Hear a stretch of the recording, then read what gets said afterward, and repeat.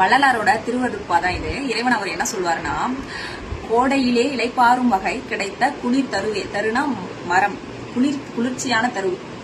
கோடையிலே இலைப்பாரும் வகை கிடைத்த குளிர் தருவே, தரு நிழலே, நிழல் கனிந்த கனியே, ஓடையிலே ஊறுகின்ற தீஞ்சுவை தண்ணீரே, உகந்த நீரிடை மலர்ந்த சுகந்த மன மலரே, மேடையிலே வீசுகின்ற மெல்லிய பூங்காற்றே, மென்காற்றின் இடை விலை சுகமே, சுகத்தில் ஊறும் பயனே, ஆடையிலே இலை மலர்ந்த மணவாளா, பொதுவில் ஆடுகின்ற அரசே, என் அணங்கள் அணிந்தருளே அப்படின்ட்டு. எப்படி இறைவனை சிம்பிளா ஆனா அந்த டெப்தா அதோட விஷயங்களை சொல்லியிருக்காங்க மேடம்.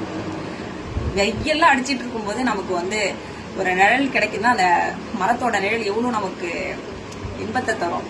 அது அந்த மாதிரி இறைவன் அப்படின்னு சொல்றாரு. மென்காற்றில் விலை சுகமே, மெல்லிய காற்றில விலை சுகமேனும் அந்த சுகத்தில் ஊறும் பயனே, அது நம்ம மேல பட்டு நமக்குள்ள ஒரு இன்பம் உண்டாகுது இல்ல, அந்த மாதிரி இது எல்லாமே இறைவன் அப்படின்னு சொல்றாரு. சிம்பிளா